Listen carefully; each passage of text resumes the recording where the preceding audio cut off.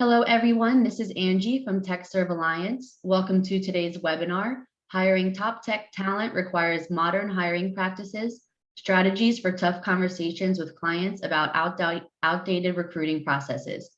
There will be a question and answer session following the presentation, so please write any questions you want answered in the Q&A box, which can be found at the bottom of the screen.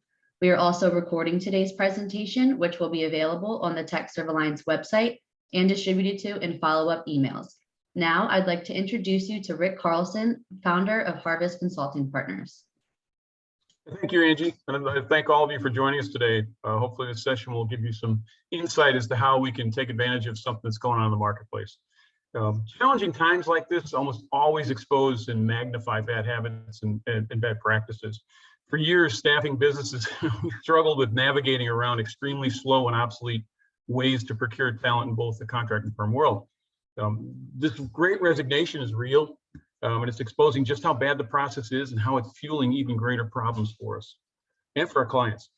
So we need to seize the opportunity to get clients to recognize how difficult and challenging hiring has become and how we can help them quickly improve in a time when speed along with quality excuse me, is everything. So the next few minutes, I'm going to provide you with some ideas as to how to approach the situation with clients in an effort to get them to adjust their archaic and ineffective hiring formulas. Just real briefly, for those of you who don't know me, I've been in the staffing business for over 25 years. I've worked with some of the largest staffing companies. I started my company, Harvest Consulting, in 2013. I'm also the director of the TechServe Sales Recruiting Management Program, which is designed to work with sales and recruiting people to help improve their book of business, as well as develop strategies for their clients. In my business, I work with many IT staffing firms to develop strategies for sales, recruiting, business development, and business improvement.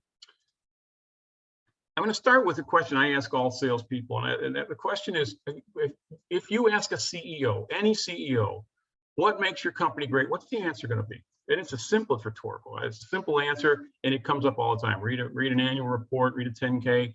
Almost every time a CEO mentions it's the great people that we hire that make our company so great, and they're absolutely right. If we hire mediocre people, we have a mediocre company. So it's incredibly important to get the right people on board. And the next question I like to ask is, if that's the most important thing we do to drive good business, why are we so bad at procuring talent? And the ideas behind it is, well, first of all, each time we fill a position, it could cost the company up to $45,000 or even more in lost revenue. And I'll explain that a little later in the program. For those of you who've worked with me before, you know what I'm talking about, but there's a cost for leaving jobs open. The next one is really surprising. It's not surprising, but it's really exacerbated over the last few months. And this comes from a study by Glassdoor in January 22. Offers rejected is up to 17.3%.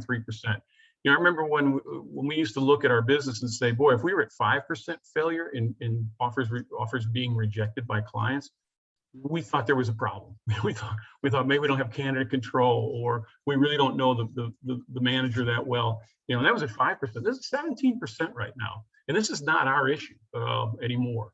This is really all about speed. Rehires, as a result of bad first hires. There's two studies out there that say the same thing, and they're years apart. Dr. John Sullivan did a study in 2017 and said hiring fails at a level of about 46%. So almost half of our hires are failures, and we have to rehire. That rehire is a huge cost. Now, Leadership IQ did a study earlier this year that said basically the same thing. So it hasn't changed. And frankly, back in 1996, I think, so 97, when I got in this business, the first thing I found was a study from Michigan State that said we fail about 50% of the time. So it hasn't changed, and it's because we have horrible hiring practices. It's not us; it's our clients.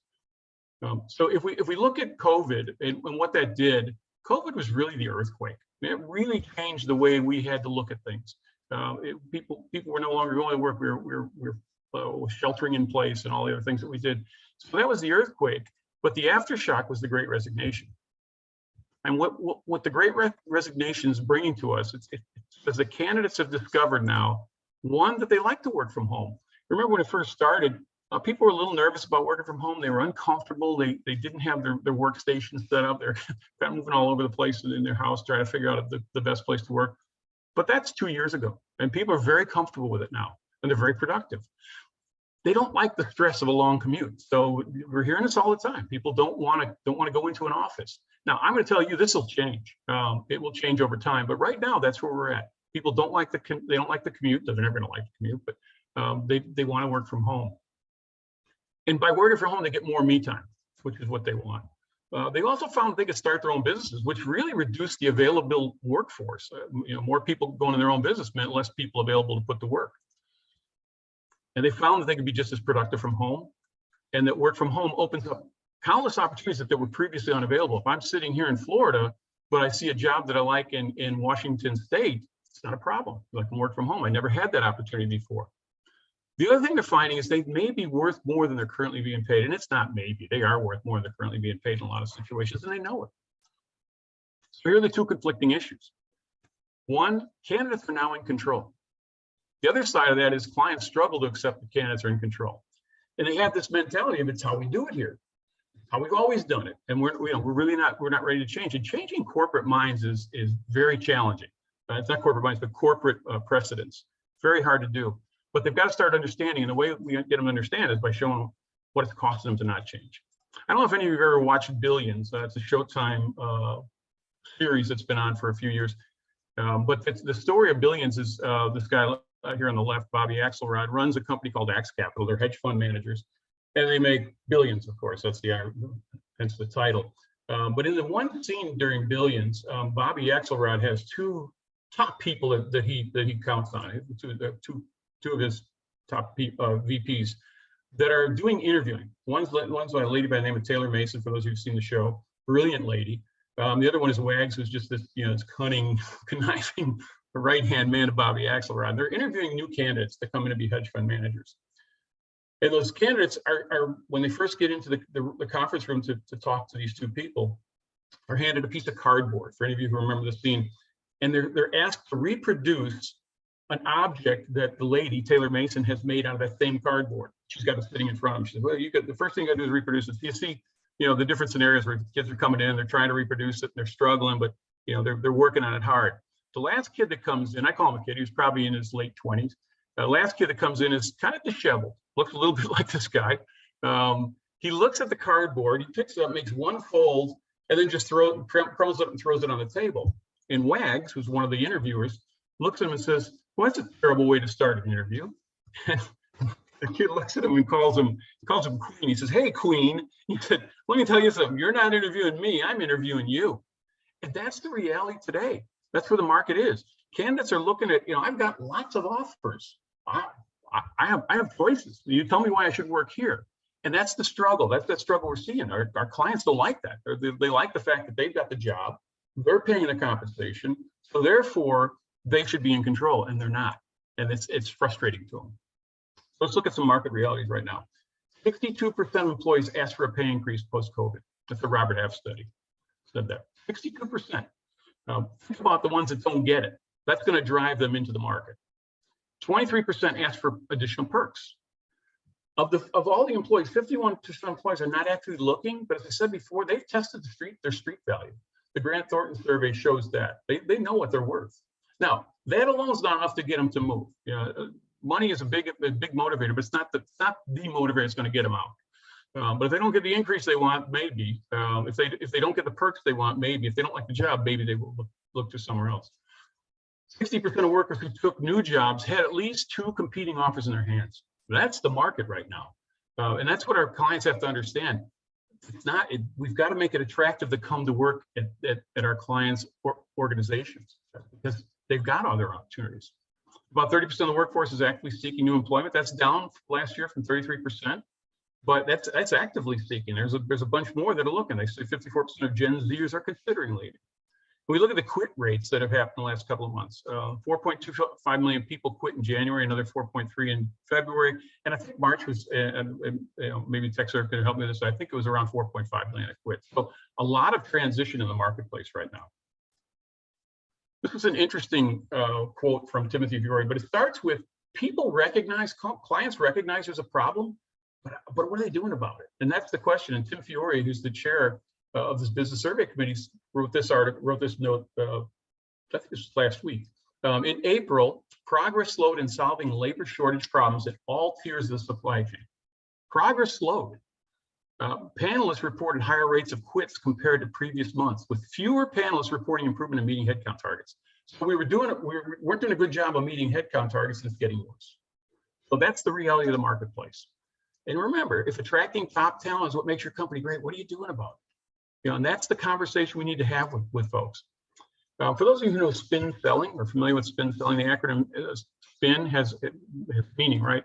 The S stands for situation. What's the current situation we're in? Well, currently there's more than 8.1 million open jobs in the IT and engineering market. That's from TechServe. The sector is at full employment. So if you think about it, full employment is usually anything under 4%. I think the IT is somewhere in that 2.5%. So we're beyond full employment. So candidates have multiple opportunities. The shelf life is extremely short, as we all know. But people just don't hang around waiting for opportunities. They got plenty to deal with. Salary demands have risen significantly. They're far outpacing the rate cards and the rate ranges that people have given us that were produced years ago. So that's really out of sync. And the work from home desirability and feasibility with many IT jobs is there. So that's the current situation. What's the P? P stands for problem in spin selling, right? Client projects have budgets. And the issue we're seeing is that these new salary demands are throwing those budgets way out of whack and putting clients at odds with the market, because the market is demanding higher wages and they're looking at saying, I can't pay it. I just was dealing with a lady yesterday, one of the salespeople in the program, and her client wants a very senior architect for 65K. He said, where'd you come up with that number? You're not going to get anyone.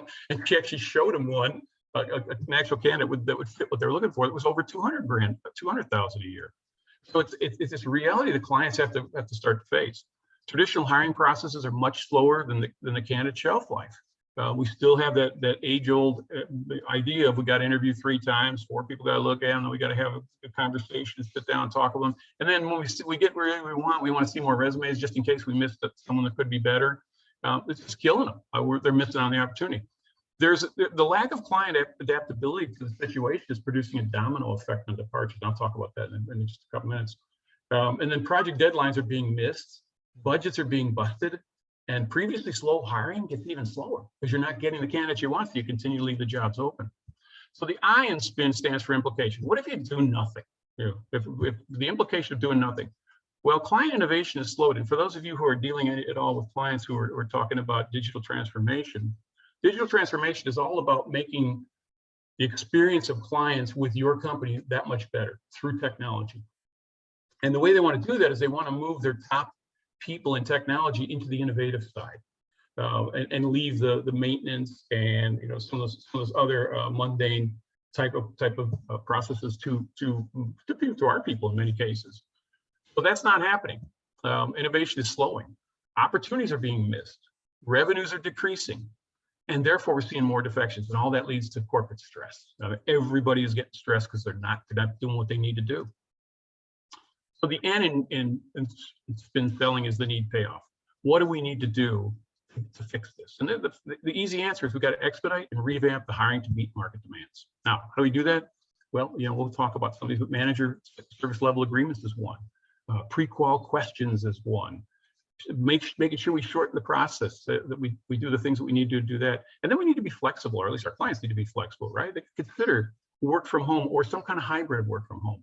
State pay bonuses, perks, wage increases, whatever they have to do, but they've got to fix the problem because it's only going to make things worse for them.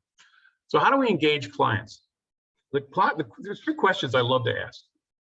Because especially in prospecting, if I call a client, I'm prospecting, I say, hey, just curious, have you felt any impact of the result of the Great Resignation? And a lot of times what I hear is, nah, we're okay, we haven't really felt it. And say, oh, okay, well, let me ask you this. Have you lost anyone that you're not expecting to lose? And that one almost always jars them. It gets them to going, oh, well, yeah, not to mention it. We did lose some we weren't expecting.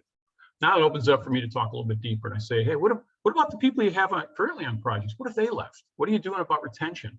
So now I can engage in a little bit of a conversation, and I can do this with my existing clients as well. Great conversation to have, even at the HR level. Once I get them engaged, now I can start asking a little bit more detailed questions. How many open positions do you currently have? Do you measure your time to fill on open positions? Do you measure response time by managers? And response time is simple, right? We send a resume and 4 or 5 days later, someone calls us, the manager calls, says, I'd like to interview that person. Wow, so that time lapse is incredible. So we want to measure the time. How long does it take them to say, once I get a resume, yeah, I want to interview? No, I don't. Do you know the hiring failure rate, the number of candidates that you hired, that quit or terminated before project completion? A couple of years ago, I was at the CWS Contingent Workforce Summit out in San Diego, and they asked me to do a roundtable. And so for those of you who've been to CWS, it's a lot of HR and talent acquisition people that come there, along with staffing companies as well as some other folks. But primarily it's HR and talent acquisition people that walk the floor. So they came to my roundtable, and I asked the question. I said, from all, for all you're here, what's your hiring failure rate? And I had to explain it to them. I said, okay, hiring failure rate means how many people that you hired either quit or terminated before the project completed? They started guessing. They said, well, I think it's about, I said, hang on, it's not a guess. It's a finite number. You either know it or you don't. And if you don't know it, you need to know it. I asked about this. You know the cost for each day a job goes unfilled. Every day we leave a job unfilled costs companies money, because those people would be productive in adding to the top line if they're in place. And I said, do you measure the number of offers extended but rejected? Declined because the candidate just had a better offer or were no longer available. That's a measurement they all need to have. And then I want to get into the payoff question. Okay, if we talked about all those things, what are you doing to improve your results? And it's interesting how many times you'll hear some stuff that's just it's kind of, we're doing the same thing we've always done, but we think we're doing it better. And it's that's where it really can get us into a discussion about let's help, because I like to use Challenger methodology in sales. I mentioned SPIN there, but SPIN, Challenger is just an evolution of SPIN. And Challenger really says it's forcing people to say, let me look at this from a different perspective and see if I can find a better way to do things. And that's what I'm trying to get them to do here. I want clients to do. We're going to go to the implications, right? There's two major implications right now. The first one is the domino effect. If we do nothing, what's going to happen? Well, here's a typical project that a project manager, a senior project manager, Tom Grossman, is handling, right? Supply chain management program that they're working on. Their projected end date is July 31st. And Tom's got a full team right now. He's got solutions architects, he's got Java developers, QA testers, all the people that he would need in his organization.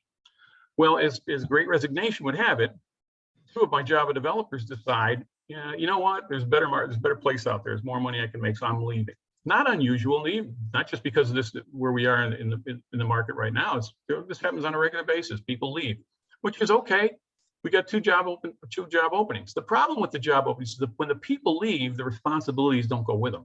The responsibilities stay within the organization. So now my other Java developers, Syed and Shafiq, both have to pick up the work that these two people that left had.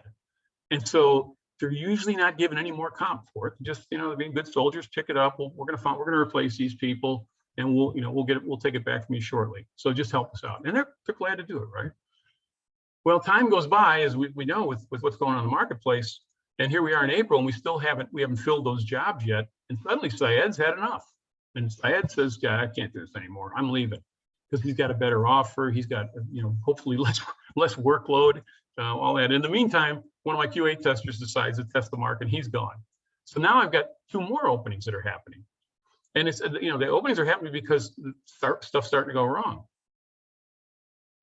Now with 4 openings, I'm starting to have some real problems, and Tom is suddenly under the gun. People are looking at Tom and saying, the project is slowing down because you're not getting it done the way you want to. And it's because of a lack of personnel, but they're not worried about that. That's Tom's problem. All they're saying is this project is getting behind, and it's going to be even further behind. It's going to cost us more money. So Tom may start considering less qualified people, which is really a problem, right? You bring in low-end people. It's gonna upset the people that are there. It's gonna further cause problems in the organization because they're not getting the work done, and it's gonna frustrate those that are on the project and possibly cause further defections. That's the domino effect. And it's funny. We've talked with clients about this, and when they say there's a Great Resignation hasn't happened to them, they haven't felt it, and you really dig into it, you find out, not only are they lose some people they wanted, but the domino effect is going on. So if you haven't talked to people about it, it's a great opportunity to talk. Second implication I want to talk about is the financial challenge, or the payroll disparity. I've got, go back to the same project, right? Same people. But this time I've got two QA testers, Scott and Trace, and they've both been looking, testing the market. They're not really interested in going anywhere. They're just testing the market. And they realize that we might be paying them $40 an hour right now, but if they went out on the market, they could get up to $52 an hour. And they're thinking, well, you know, maybe I should ask for a raise. So they come to us as the vendor for them. And they say, you know, we give 52 in the market. You go, I can't get my client to go up $12, you know, sorry. But you know, what would satisfy you? I say, okay, well, you know, they both say they stay for $4 more, right? That's $8,000 a year for each of them. So I go to my client and ask for 44 when they're at 40, and what's the client say? So no, we don't have the budget. No, we can't do it. I say, okay, here's the situation. If you don't give my people $4 an hour, they're probably going to leave. And what's that going to do? It's going to force you into the market to get market pricing, which instead of paying $4 more, you're paying $12 more. So it's a way to get them to kind of think differently about, I don't have a budget for it. Your budget's about to get busted again if you don't find room for these. So that's that second problem that we're running into, and ways we can help clients understand it better. The other thing about keeping those people is, first of all, you already know who they are and you know they're good. Scott and Trace have done a great job for us. I don't have, as the client, I don't have to restart my search, which is a costly event, right? And could cause the domino effect, right? I also get to maintain my team continuity. They all like working together and they're doing a good job. So I don't want to do that, which means I reduce my risk of missed deadlines. So lots of things to consider when we're talking about what the Great Resignation's bringing. As I said, it exposes all the problems of our hiring right now. This is an interesting quote from a CTO. His name's David Brooks from Cox Automotive, a fairly large organization. He won Large Enterprise CIO of the Year. And I've set this out to the sales reps that I work with. So this is, you know, I hate to put anecdotal things in front of people saying, we think this or we think this. I like when I can walk in and say, look, this is the CIO of the Year. He says, we've doubled down on the experience candidates have as a part of our interview process. Double down on experience, right? So they want it, they're really kind of selling their organization. First impressions are key, and we recognize candidates are sizing us up at the same time we're learning about them. Exactly what I talked about in the Billions reference. They're sizing you up. They want to know why should I work here? He says, we've tried to shorten our interview process and ensure that they reflect practices of a solid technology team. Great example right here. Inefficient or slow processes could lead candidates to view us as bureaucratic. That's been going on forever. When you drag out a process, what does it say to the candidate? It says, wow, when I want to get here, how hard is it going to be to get decisions made? Job seekers also want to know that we're working out with solid technology team. So we ensure that our interview process gives candidates a feel for the kind of technology that we have on board, as well as the types of problems and technologies they get to work on. So it excites them. We're getting a little bit juiced about working here. And he says, IT leaders should focus on selling their company as much as the candidates are selling their skills.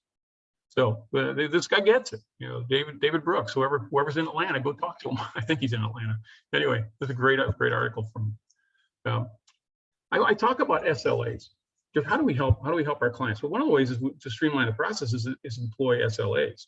Now, talent, follow the cogs here. Talent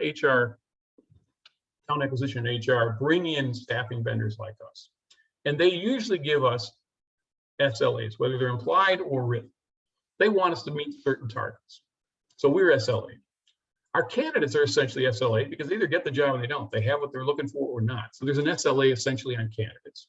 If you go to onboarding and the process team, they want to bring these people in as quickly as possible. They want to get them the background checks done, all the things that have to happen. They want that time as limited as can. So they have SLAs. By virtue of doing all of us on SLAs, talent acquisition and HR are also essentially on an SLA because they brought us in. What's missing? It's the hiring managers. And again, I mentioned the contingent workforce. Some of that was at a few years ago running around table. One of the questions I asked them, I said, do any of you SLA your hiring managers?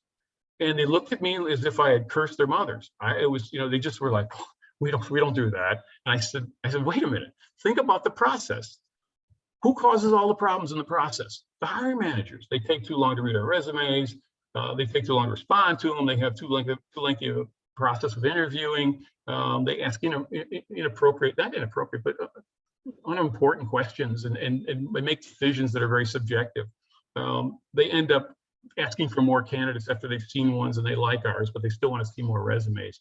They'll come to us and say, I know we said 80 was the top end, and you brought this guy in at 74, but I'll hire him if we get him at 70. It's like, wow. And this is all the stuff that goes on that causes us to lose candidates. So the first cause of a poor hiring process is the ultimate contributor to hiring. The one who makes the decision is virtually unchecked. There's no performance scorecard. Now, I won't say it's across the board. There are companies that actually do this. But for the most part, people the HR teams don't want to do this. Why? That's their internal client, the hiring manager. So they really get nervous about asking them to do things they don't like to do. There's just no accountability on the most important cog in that wheel. The second cause is no measurements on the cost of time. They might measure time to fill, but they don't measure the cost of it.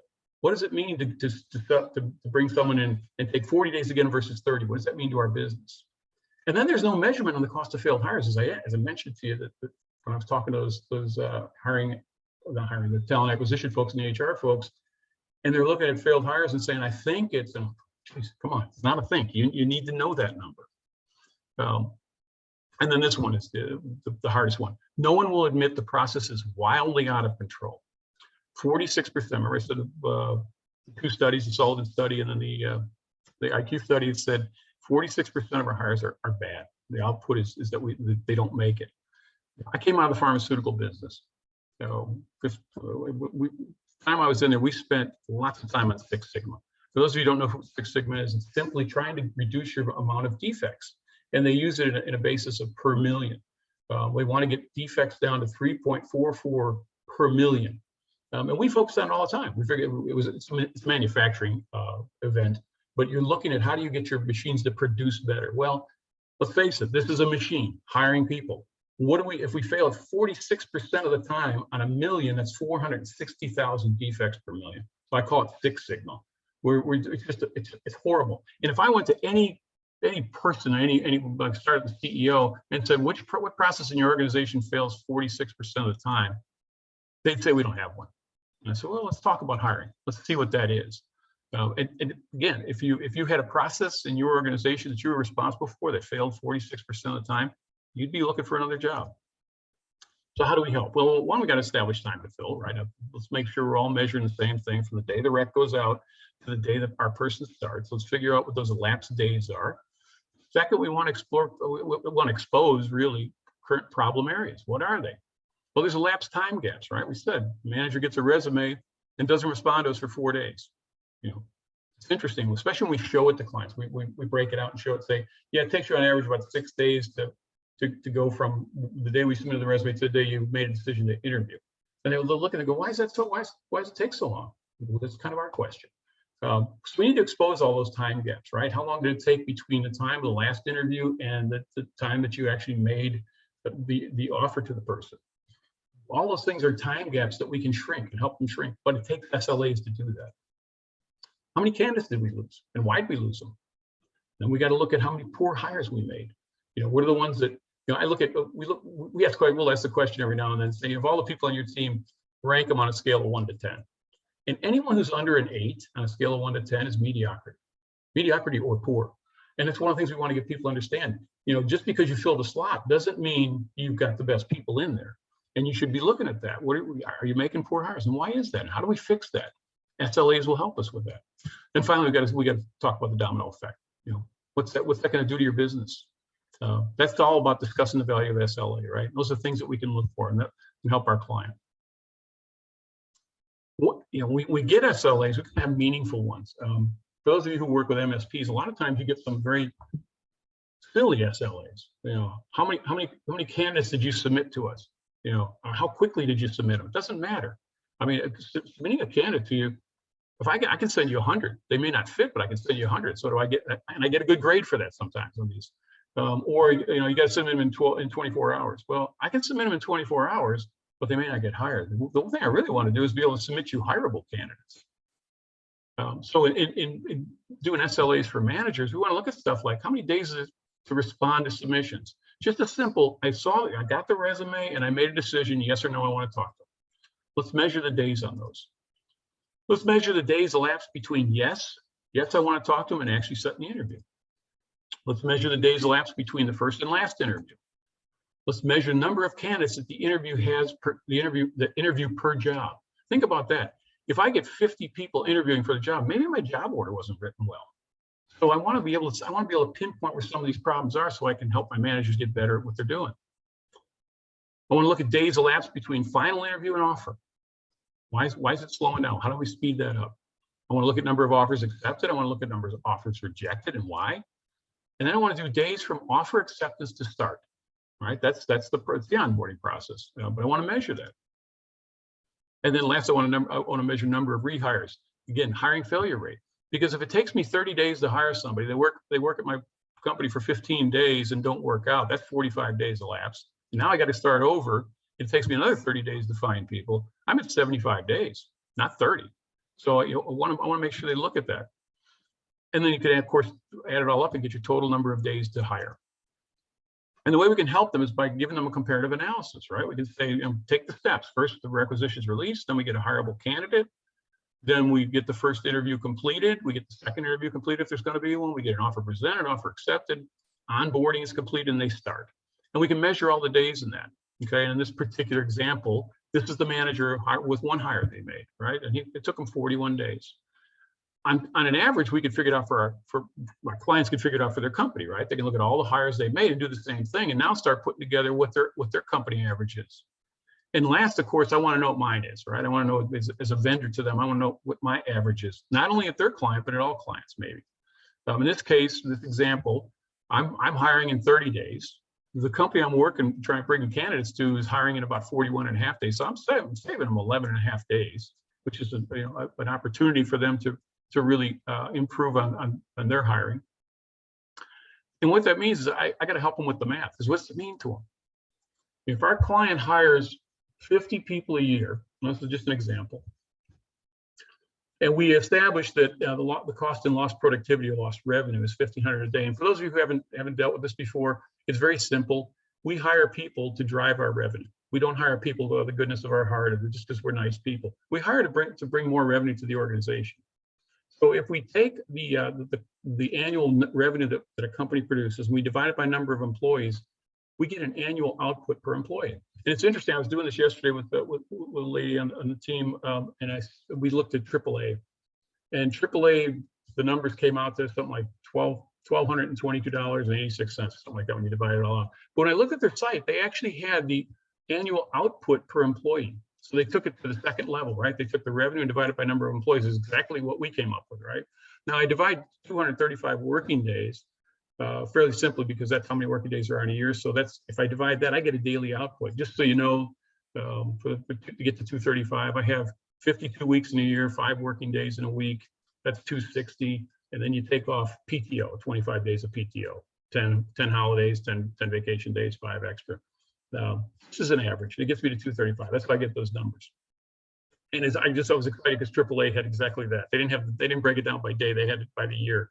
But that's phase 2 of it, right? Annual divided by number of employees. So if we can help our client cut 11.5 days in their average time to fill, we can save them $17,000 per hire. How we do it? It's 11.5 times 1,500, or whatever their number is, because every company is going to be different in that number.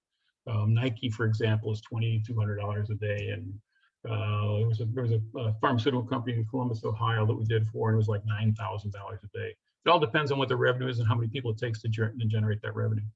But when we think about it, the savings per day per hire is $17,250 if we can prove this. And if we did all 50 of your fills, we'd be at $862,000. Now, I did this for a bank out in the West Coast. So I went with one of the sales reps, and we made a call on, because the bank was doing something crazy there. HR had come in and said, you guys, this lady is phenomenal. She had 100 people billing out of 100 consultants on billing out of 300 at the bank. And the HR team in all their wisdom came and said, we really have too many eggs in your basket. We really need to slow this down. We're going to stop giving you rec. She was frantic. She's like, what do you mean? We're your top supplier. And so she came in, we said, okay, here's what we're going to do. We're going to figure this exactly out. What's the cost? How many hires we made with them? What kind of time we saved? And I said, she knew everybody in the organization. I said, bring the top IT people to the table and let's bring this to them. And we did. We had the presentation ready for them. We showed them exactly how we do this and what our results were. And we were saving them about $2 million a year. And I said, as I was presenting this, I said, I get that $2 million isn't huge to a bank your size. And the top IT guy, the CTO, stopped me and he said, hang on, Rick. He said, you realize that $2 million drops straight to profit. He said, that's pure profit. When anytime we can get pure profit out of a process, we want to know about it. We want to figure out what we're doing right. So the end result was we said, okay, then help us because your HR team thinks we have too much business, and anything you can do to help. And by the way, we then went to HR right after that call and made the same presentation, so we weren't blindsiding them. And she ended up not having to deal with not getting all the recs. So what's the summary of all this? The first thing is that the market for IT talent is extremely tight.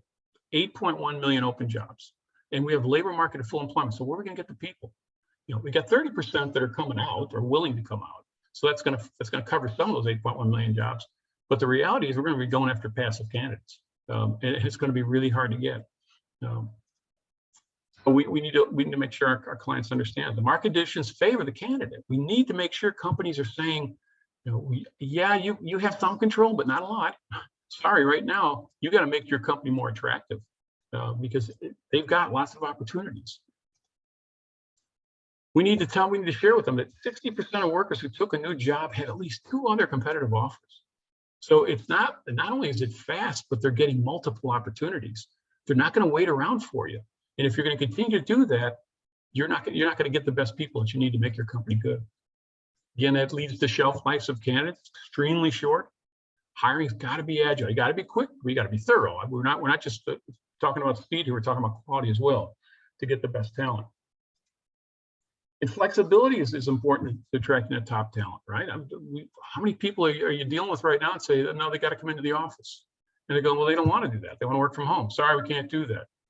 Okay, is there a hybrid we can do? Is there something we can do here? Because they have opportunities to work from home. So you suddenly put yourself out of the market if you will not be flexible. What kind of perks can we give? We talked about a state pay bonus, especially on the contract side. If they stay through the end of their assignment, is there something we can offer them? What about changing their compensation? I get that we brought them in at $80 an hour, but they're looking for 85 now. Is there a way we can do that for when the market's sitting at 95? Is there any training we can give them? Is there any path we can show them into our own organization, into their organization? Sorry, the client's organization of growth. What are the things that we can do? So flexibility is going to be critical. Conversations need to happen all levels. Let me say this: this is not a one and done. It's not I pick up the phone, I call someone, I get them engaged in this conversation, and suddenly their processes change. This is making major corporations turn the ship in the middle of the ocean. And sorry, the ship doesn't turn quickly. And there's a lot of people that have to be bought in on this. So it's HR, it's management, it's executive level. And using those 3 key questions, how has the Great Resignation impacted your business? No, it hasn't. You lost anybody? Oh yeah, I have.